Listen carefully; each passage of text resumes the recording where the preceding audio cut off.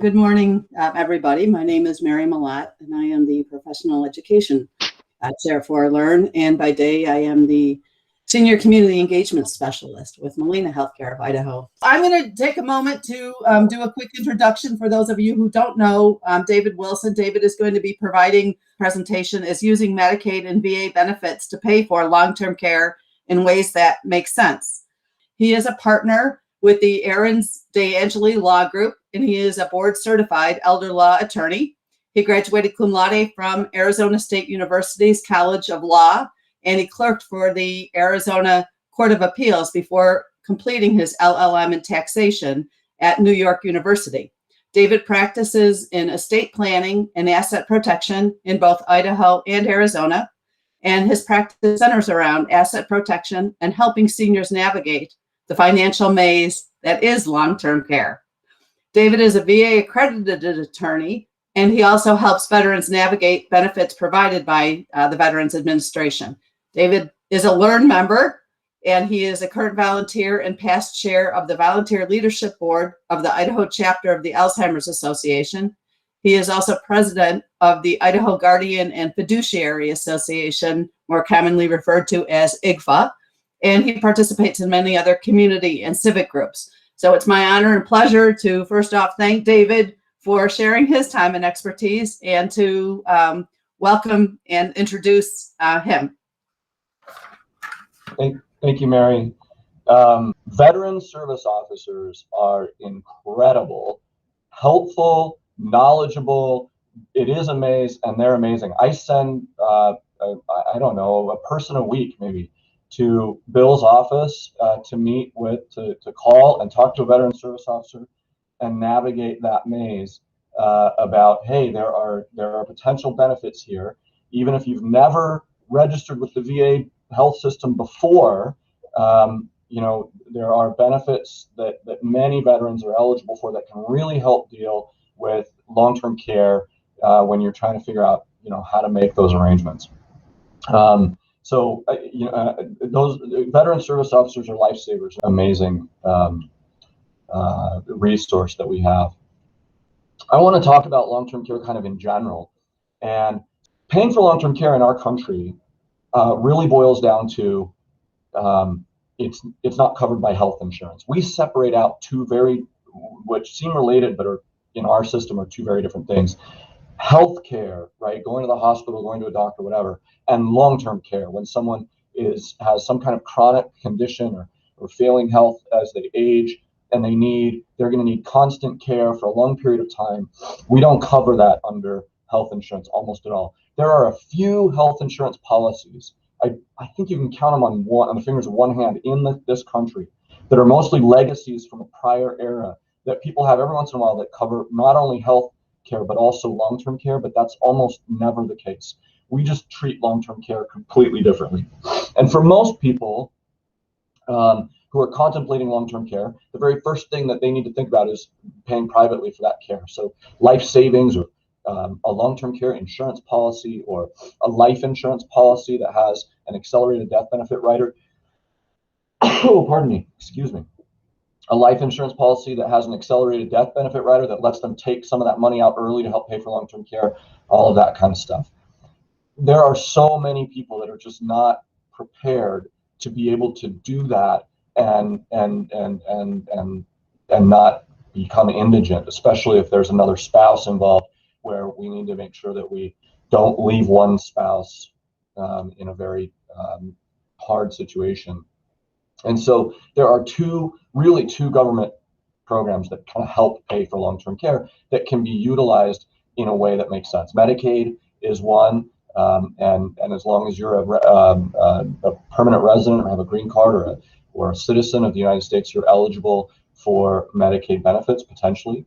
And VA provides benefits to veterans and spouses, as Bill just discussed. I'm going to talk about Medicaid first, but I want to just kind of mention, as we're going to talk about VA, there's a couple of things that Bill said that I think need to really be kind of emphasized.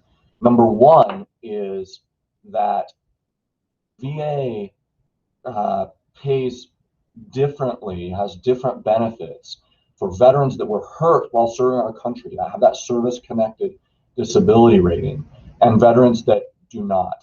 And so I've had conversations with veterans in the past where they were certain that because of their service, the VA would pay for any nursing home care costs that they had or long-term care costs they had. And I said, no, that's not the case. If a veteran doesn't have that service-connected disability rating, then or has a service-connected disability rating that's not high enough, then that's oftentimes you have to qualify. And we had to actually get a veteran service officer on the line to convince the client that that was the case, because they were just absolutely convinced, this veteran, that the VA would just pay for everything.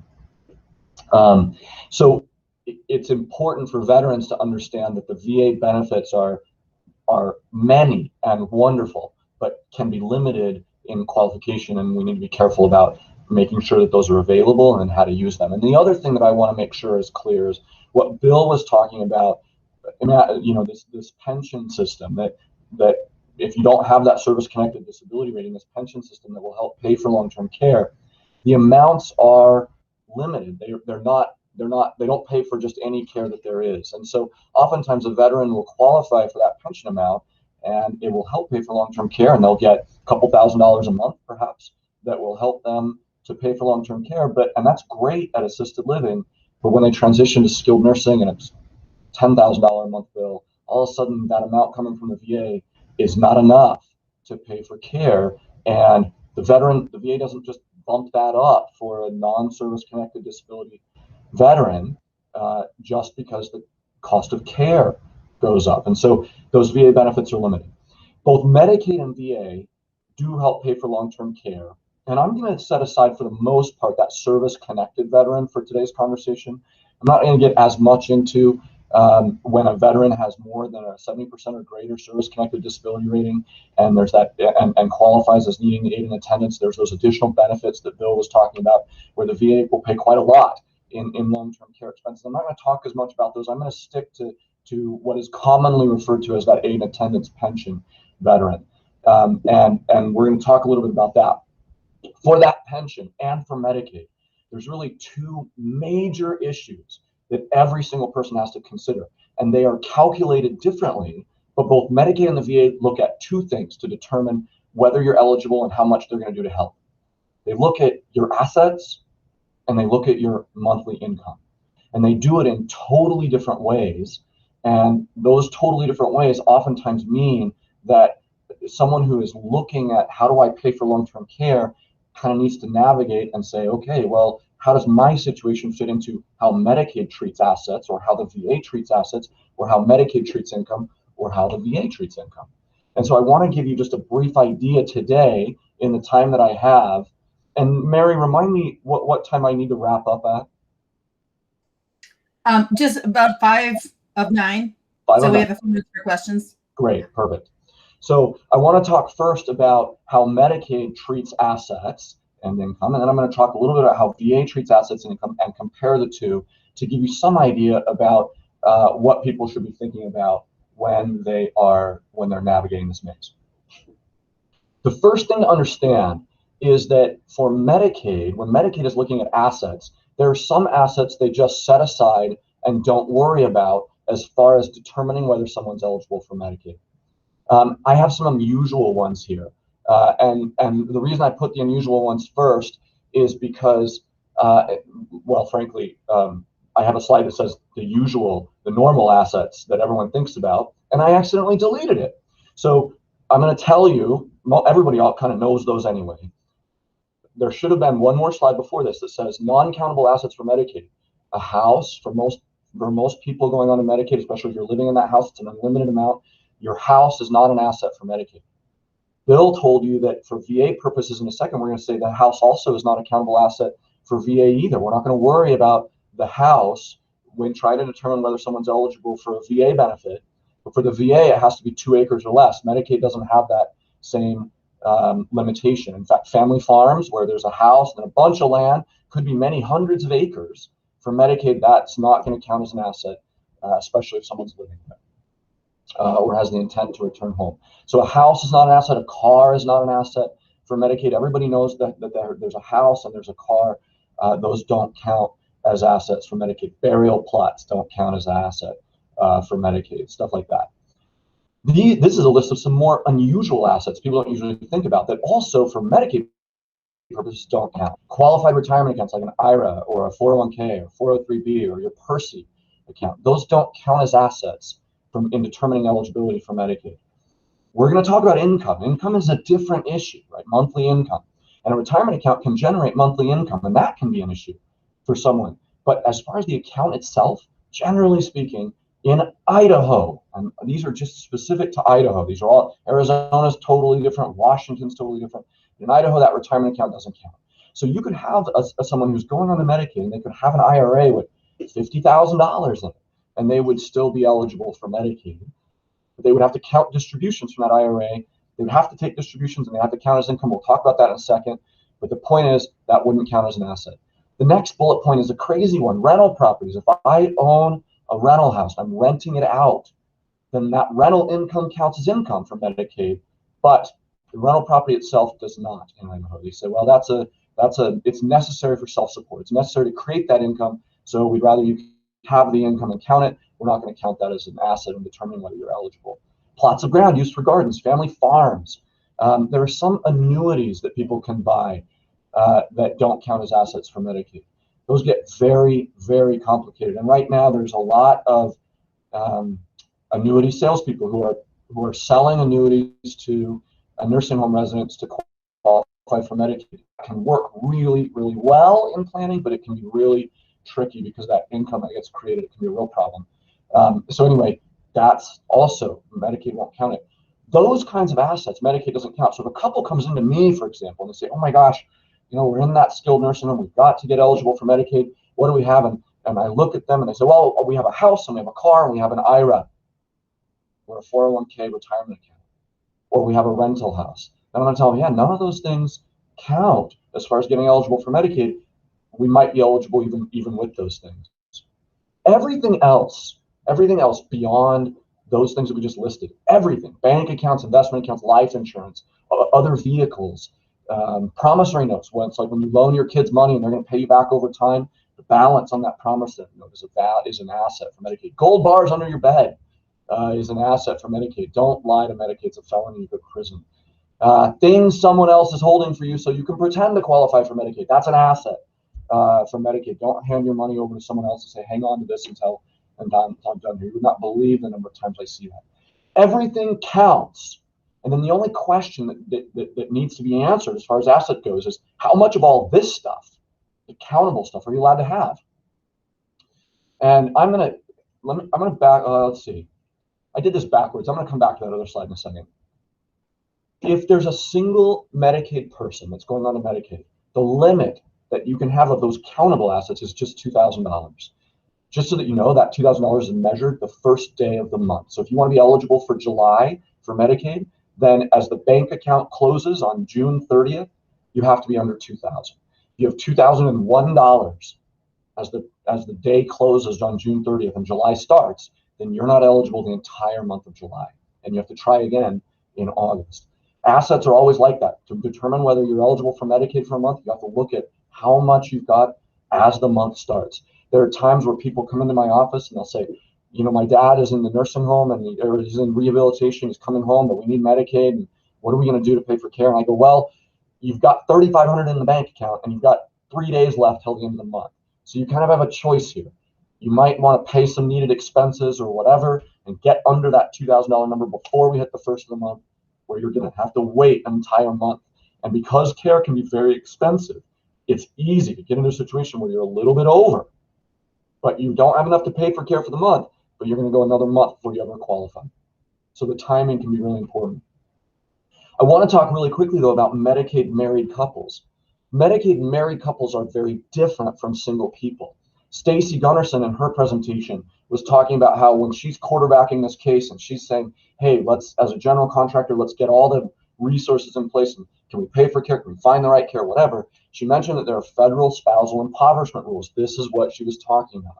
In order to be eligible for Medicaid, a couple is allowed to have more than $2,000. And to understand why and how the rule works, it's important to understand the history. Back in the 1980s when Medicaid was created, they kept this rule They said, hey, if someone applies for Medicaid and they're married, they still have to be under $2,000. And the problem was everybody got divorced. So they said, hey, listen, we can't do this. We can't totally impoverish the other spouse. We're just going to get divorced and have you apply for Medicaid. I'll keep the assets in the divorce. You apply for Medicaid and we'll go from there. To stop that problem, the government said, okay, let's change the Medicaid rules to mirror divorce so that you don't have to get divorced. You get the same result under Medicaid. And so the idea is when someone needs Medicaid, you want to let them keep half the assets, the half supposedly belonging to the spouse that isn't going on to Medicaid. And so what they do is that this formula that says, okay, when you need Medicaid as a married couple, one of you needs Medicaid, we'll approve that person. But what we're going to do is we're going to look at the married couple, everything they have together. When we apply for Medicaid the first time, when we first need Medicaid, when we go into that skilled nursing facility or whatever, and we're going to say, of that amount, whatever you have, you get to keep half of it. And because we keep half of it, people generally call that splitting assets. It's actually not splitting. You don't never split anything. What they do is they just say, instead of $2,000, the magic eligibility number is going to be half of the assets, more or less, right? Except there's a minimum and a maximum. So if the minimum is $26,000, right now it's $26,076. So if the married couple has $40,000, they're not going to say, oh, you just get to keep 20. They're going to give you the minimum. So they're going to say, since half is 20, we're going to bump you up to 26. If the married couple has 500,000, they're not going to give you half, 250. They're going to say, I'm sorry, the maximum is 130, and that's your target number. I'm skipping over a little bit of detail here because we just don't have enough time this morning. But the point is that married couple is going to be their number, instead of being 2,000, is going to be a higher number. And the point is, but the result is going to be the exact same. They're going to give you that number, and they're going to say, listen, when you're below this number on the first day of a month, you'll be eligible for that month, just like with the $2,000 number. And so a married couple comes into my office, they're in rehabilitation, we're trying to figure out where they're going next. We need to know whether they're going to be eligible for Medicaid. We can figure out what that number is going to be immediately. And then I'll tell them, okay, this is the number they're going to give you, because this is how much you had when you went into this rehabilitation. We went into this skilled nursing facility for rehabilitation. So here's the number, right? You have to get under that number, just like a single person has to get under 2,000. You got to do it before the first of a month in order to qualify for Medicaid to start. And so what happens with that married couple or a single person is you figure out what that number is of accountable assets, and then you say, okay, so this is our goal. And I'm going to come back to my prayer slides because now I want to show you what I was talking about. So some of the things we do, this is why I get paid, right? I mean, what is it I do when I'm dealing with long-term care that actually, keeps my lights on as an attorney? And one of the things that I do is I help people to get from where they're at to where they're eligible. So people get told this a lot: spend now, spend the assets that are countable until they're down to the level Medicaid will accept. That's definitely one strategy. That can be really hard for a married couple. If the married couple comes in and says, hey, we have, our life savings is $70,000. It's all we've got left. Sold the house a long time ago. We've got $70,000. We're living with, daughter or whatever. They come in, I'll tell them, well, if you apply for Medicaid, they're going to tell you that your target number, the amount you're allowed to keep, is going to be $35,000. It'll be a little bit more than $35,000. It'll actually be $37,000, but really close to half, right? I'll tell them, well, you can spend down, so pay for care until you get down to that $37,000 number. That's one way to do it. Another way to do it that might help that couple a little more is turn assets that are countable for Medicaid into assets that are not countable. So, for example, if they need a car, that other spouse needs a car, I'll tell them, well, why don't you go buy a car right now? And because our target number is going to be 35, let's buy a car, and the car that is not a countable asset. So now we're down closer to that $35,000 number. Another thing that people do sometimes, and this is a little tricky, is they'll give assets away and take a penalty and then run the penalty period and apply for Medicaid. I want to make sure that's clear what that means. In this slide right here, I'm going to imagine a scenario where I've got this single person. He's at the rehabilitation and he's going to long-term care. And it's, February 25th, and he needs to be under 2,000 by March 1st in order to qualify for Medicaid for that month. If he's not under 2,000, he won't be eligible for the entire month of March. One thing he can do, and people get told this, selling us all the time, they say, hey, go out and buy a television. A television is not a countable asset, it's a household furnishing. So buy him a TV, spend $1,500. Now you're at $2,000 and you don't have any time. You got 2 days left. We've got to get under $2,000. We cannot afford the nursing home next month. So just buy a TV. That's spending down, right? That's saying, hey, we're going to spend the money. Well, that stinks, right? Not only is that a silly purchase, but and maybe a useless purchase, but it's also it's you don't have the money anymore. If he needs money in the future, we don't have any, and it's gone. One Medicaid says, people always ask, well, what if I take $1,500 and I just give it to my daughter and let her hold it for me? And then if I need a bill paid in the future, if I need something in the future, well, then she has money. And Medicaids will say, hey, if you do give money away like that, you get penalized. Now, a lot of times that's bad. A penalty period is a waiting time before you're eligible for Medicaid. Well, that can be really bad. But in some cases, that might be, it might be, well, it's okay, let's do what we need to do. In the way that they calculate how long you have to wait for Medicaid eligibility is a period of time that is determined by how much you gave away. So if this person said, hey, I'm going to take $1,500 and I'm going to hand it to my daughter, and now I'm under $2,000 and I'm eligible for next month, the Medicaid waiting time for that, the penalty period, is going to be about a week. Meaning that instead of being eligible for Medicaid starting on March 1st, this person wouldn't be eligible till March 7th. Think about how silly that is. If they have $3,500 in their account on March 1st, they're not eligible the entire month of March, and we have to reapply in April. If they gave away that $1,500 to their daughter to hold for them, then they are penalized a week for having made that transfer, but they're still eligible during March because they were at $2,000. And because of the penalty of a week, that means that they're qualified for care starting March 7th.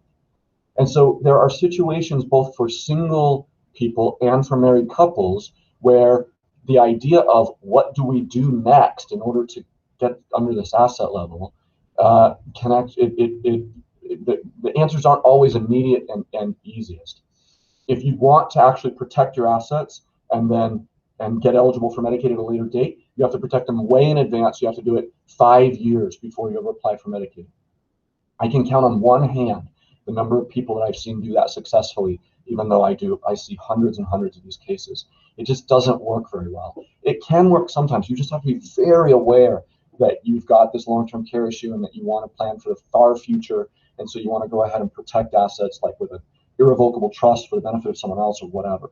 But for most people that I see, that's not an issue. That's not a strategy. What we're doing is one of these things here, saying, hey, what can we do in order to get someone eligible? One of the other, well, let me keep going. I want to talk about Medicaid income really quick because I'm running out of time. Medicaid is a cost-sharing program. Medicaid says whatever the income is of the person on Medicaid, that amount, almost all of it, needs to be paid to their care provider, and then Medicaid pays the rest of whatever Medicaid thinks the care provider might need. And that means that whatever the gross income is of the person on Medicaid, generally speaking, that goes to their care if they're a single person. They are allowed allowable deductions, though, before Medicaid says you've got to pay the rest of that toward your care. But whatever, after those allowable deductions are paid out, whatever's left, that's the share of cost. And the share of cost has to be paid to the care provider. I want to give a really quick example. Let's say that I have this married couple right here. So I've got a Medicaid participant, the person on Medicaid, here's his income. And then I've got the spouse that's not on Medicaid, and here's her income. Imagine for a second, ignore her for a second and look just at him. Imagine he's a single person. So his total income from the prior slide was $1,800. He's allowed to keep $40 for his personal needs. This is a skilled nursing example.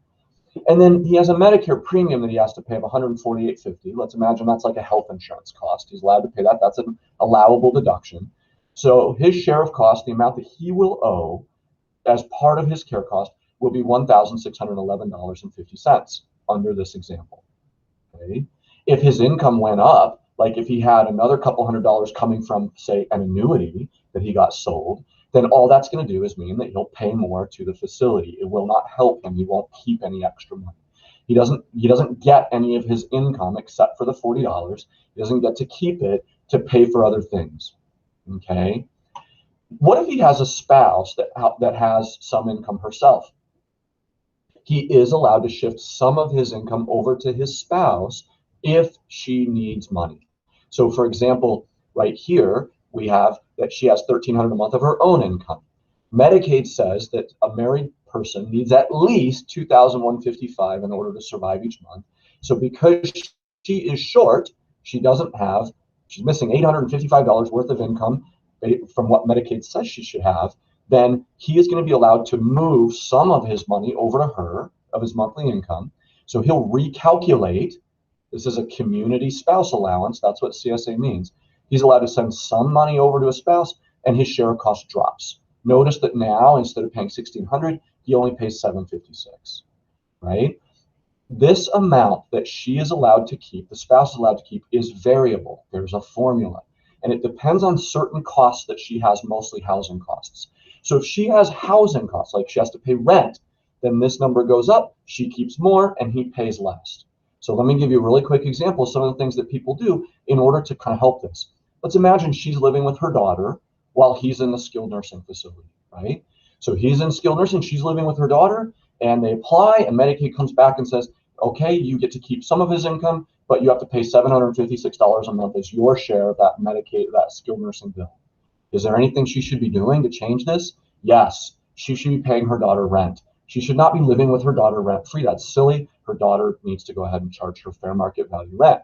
So in this situation, if her daughter did charge her rent, that housing expense would mean that instead of $2,100 that she is deemed to need, it might be as high as $3,259.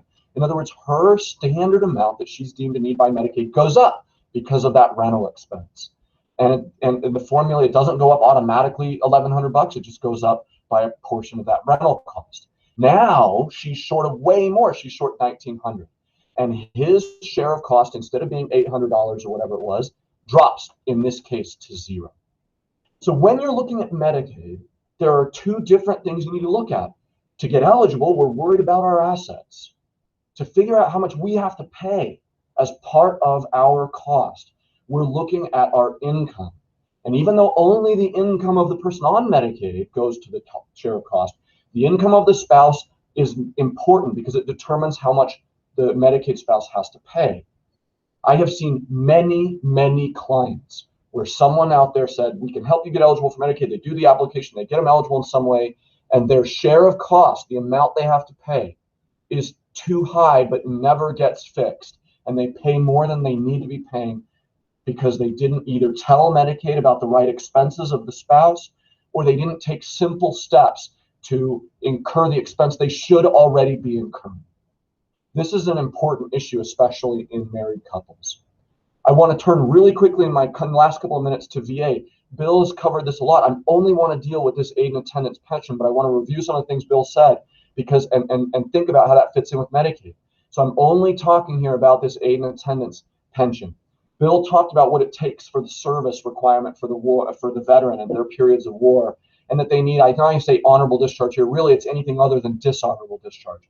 But if the veteran can show that they didn't have a dishonorable discharge, they got a medical discharge or an honorable discharge, if they served during one of those periods of war, and if they served for at least active duty 90 days, then VA will say, okay, we'll help under some circumstances. The assets they have, similar, right? They get to keep a house, that's no problem. But again, there's that 2 acres, unless it's unmarketable. They get to keep a vehicle, yep, that's no problem. And then they get to keep up to about $130,000 of assets, okay, of other assets. Could be bank account, could be savings account. Notice this number is going to be higher than the number for almost all Medicaid applications.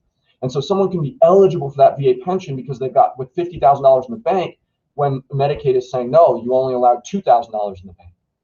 But VA, in counting this $130,000, will count things like an IRA that Medicaid doesn't count. Will count things like extra acreage that Medicaid doesn't count. Will count things like annuities that Medicaid may not count if it fits Medicaid rules. And so there are differences between which assets count toward this limit. The limit's higher for the VA, but the assets are more limited. Now, what about income for that veteran? Bill is talking about, really quickly said something that he nailed those details, and it's hard to understand that income issue with the VA pension. One easy way to kind of think about it is that the pension amount that the VA is going to award the veteran, for a single veteran, it's around $1,900 the maximum pension amount that they could get. If they're in an assisted living facility for a married veteran, it's $2,200 and change. For a veteran that is applying for that pension, if their asset level meets it, they're going to look at their income and they're going to say, they're going to kind of count their income against them. But they're going to reduce the amount of income that they count against them by how much they're paying in care costs. And what that means for many veterans is that they become eligible for the pension once they are paying for care already. A veteran that's not eligible to get that pension paid because they have too much income, because the way they count their income, becomes eligible once they are paying for care, for assisted living level of care. And what that means for a lot of veterans is you have to be able to say, oh my gosh, in order to kind of submit this application, we need to make sure that we are paying for the care before we submit the application. And that can be really hard when a veteran doesn't have enough income to pay for that care and pay for living expenses, like a veteran that's living at home and paying for in-home care. But they also need to pay rent and other things. If they don't have enough savings, that can be an issue.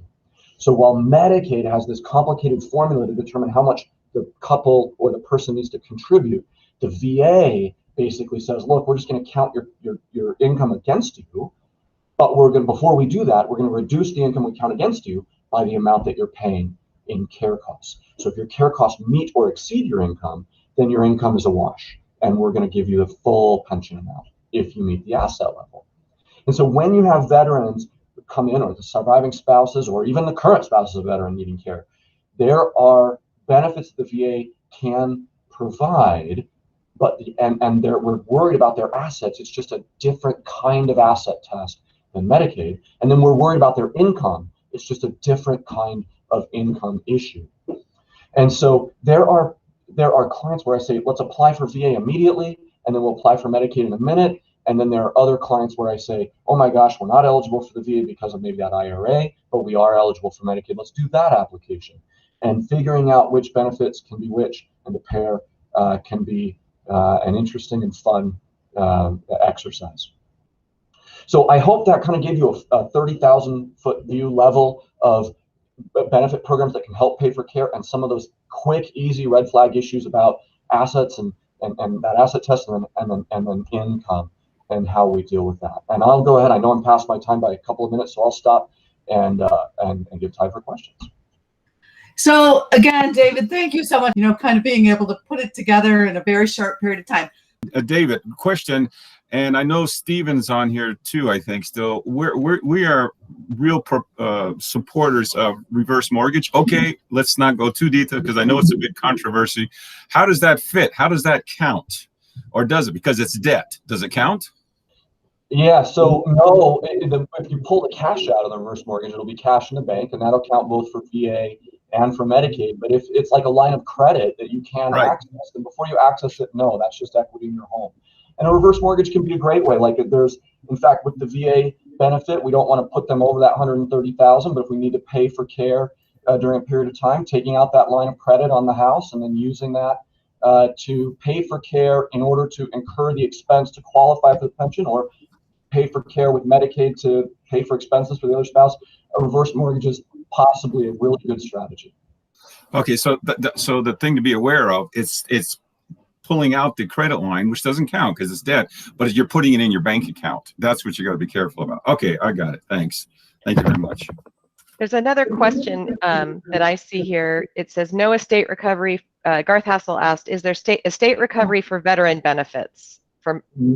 Nope, no estate recovery for any veteran benefits, which is a huge advantage over Medicaid if inheritance is the issue. And they want to leave assets to their kids, but if you're choosing between the two and both Medicaid or VA would work, I would choose VA. I would do VA benefits before Medicaid every day, not just because of estate recovery, but also because of when the VA gives you aid and attendance and you get that money in your checking account, you're privately paying that care provider, which Medicaid's a horrible payer source, right? Both in amount that they pay, but also in the hassle of dealing with them. And so for a veteran who can access a VA benefit, that's just cash in their hand that they can privately pay the provider. They have much more choices in providers, et cetera. So there's like 1,000 reasons why, if there's both options are available and both will take care of the couple, you look at the VA first.